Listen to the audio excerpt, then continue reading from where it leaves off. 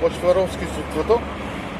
Значи, дојдени ми се дома со налог на претрез да ми земат старо оружје за кое еден месец однапред им беше од мене пријавено. Наместо да поступат веднаш службено, да дојдат да го земат или веднаш да ми решат да го донесам, тие после еден месец ми направија претрез за да ми го најдат како нелегално.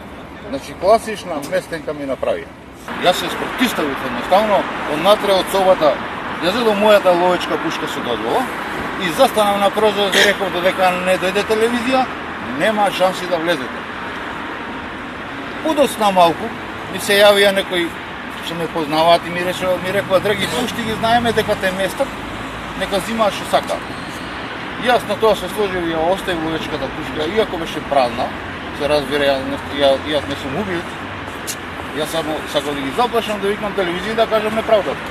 И пуштив натре и наместо децата да ги извадат, пошто беа многу плашени, едното синче покриено со јорган целото пискаше од голем страф и викаше немој татко ми, тие на мене се нафрлија, ми го зема оружјето што беше кажаното, ми го земаа тоа со дозвола целото оружје.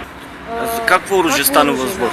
Старо оружје се работи од времето на Хитлер после војната со права рачка Шмајзер и еден револвер од исто муниција на стара Нагант револвер, да речем. Тоа оружје е најдено во стара куќа, значи целото е труло Шмајзерот се работи за цел скапан Шмајзер, меѓутоа беше премачкан само со боја од надвор аутолак за да биде обесен за назид.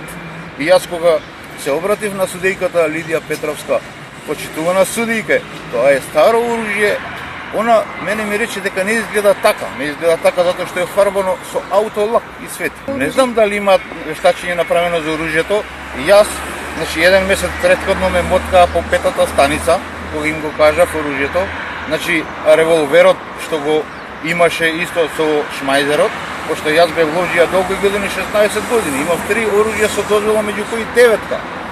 Значи, јас сакав тој пиштол да ми биде регистриран, цел месец ме мотаа по станица и на крај испадна ми дојдоа дома.